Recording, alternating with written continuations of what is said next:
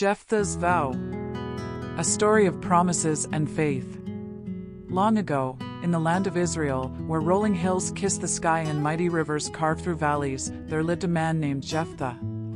He was strong, fearless, and a mighty warrior, a man who carried the heart of a lion and the spirit of a conqueror. But despite his strength, Jephthah's life was full of pain and rejection. His victories on the battlefield could not erase the wounds he carried in his heart. Jephthah was the son of Gilead, a respected man in Israel. But unlike his brothers, Jephthah's mother was not Gilead's wife, she was a woman whom society looked down upon. Because of this, his brothers despised him. One day, when he was still young, his brothers gathered around him with angry eyes and hardened hearts. "You do not belong among us," they shouted. "You are not one of us. You will have no share in our father's house. Leave and never return." Jephthah looked at their faces, faces he had known since childhood, now filled with hatred. His heart ached, but he knew there was no place for him in his own home.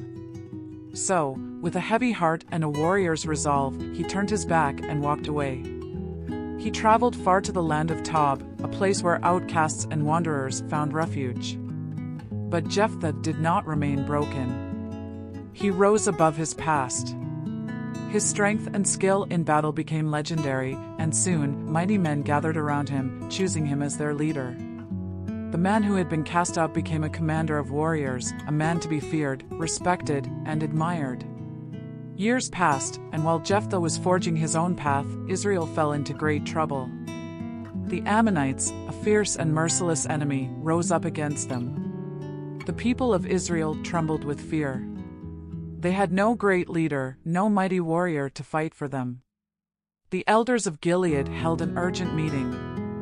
"Who will save us?" they asked. "Who is strong enough to lead us into battle?" Then, one among them spoke. "Jephthah." The room fell silent. Could they truly ask the man they had once rejected? The very man they had driven away? But desperate times called for humility. They knew only one warrior had the skill and courage to face the Ammonites. So they swallowed their pride and traveled to Tob. When they found Jephthah, they fell before him and said, "Come, lead our army. Defeat the Ammonites, and we will make you our ruler."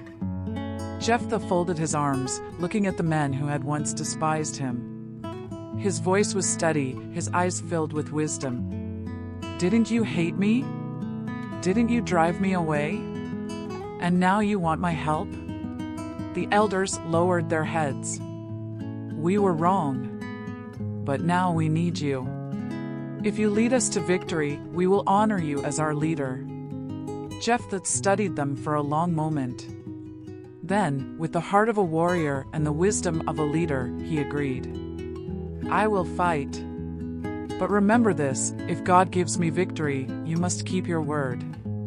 The elders swore an oath, and Jephthah, the outcast, returned as Israel's leader. Before setting out to battle, Jephthah sought the Lord. He knew that only God could grant true victory. But in his zeal, he made a desperate and costly promise. Lifting his hands to the heavens, he prayed, "Lord, if you give me victory over the Ammonites, I vow that when I return home, I will offer as a sacrifice the first thing that comes out of my house to greet me." It was a bold vow, one made in the heat of desperation. But Jephthah did not consider the weight of his words. With God's favor upon him, Jephthah led Israel into battle. His warriors fought fiercely, and the Ammonites were utterly defeated. Cheers of victory rang through the land. The once rejected warrior had become Israel's hero. With triumph in his heart, Jephthah rode home, eager to share the joy of victory. But as he neared his house, his joy turned to unspeakable sorrow. From the doors of his home, his only daughter, his precious child, his light, his joy, ran out to meet him. She danced with joy, her tambourine ringing in the air. "Father, you're home. You have won." Jephthah's face paled. His hands trembled. He staggered as if struck by an unseen blow. No, He cried, tearing his clothes in anguish. "My daughter! You have brought me great sorrow. I made a promise to the Lord, and I cannot take it back." His daughter looked into his eyes, those eyes that had fought many battles, those eyes that had once known rejection and now burned with grief. But instead of fear, she showed courage beyond her years. "Father," she said softly, "if you have made a promise to the Lord, then you must keep it. But give me 2 months to go to the mountains and mourn. For I will never marry, and my life will not be what I once dreamed." Jephthah nodded, his heart breaking with every breath. He watched as his only child disappeared into the hills, where she and her friends wept for what was lost. 2 months passed, and she returned, brave, strong, and full of grace. She did not fight her fate, for she knew that a vow made to the Lord was unbreakable. And so, Jephthah fulfilled his vow. Though the Bible does not say exactly how, some believe she was dedicated to serving the Lord for the rest of her life, never to marry or bear children. But what is certain is that Jephthah's promise came at a great cost. Lesson: Jephthah's story teaches us many things. We must be careful with our words, especially before God. A promise made in haste can lead to great sorrow. God does not ask for extreme sacrifices, He desires faithfulness, obedience, and a humble heart. Before making a vow, we must seek God's wisdom. It is better to pray for guidance than to speak without thinking. Jephthah was a mighty warrior, a man of faith and strength.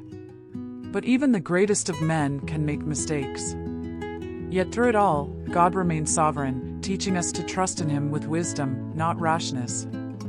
Thank you for watching.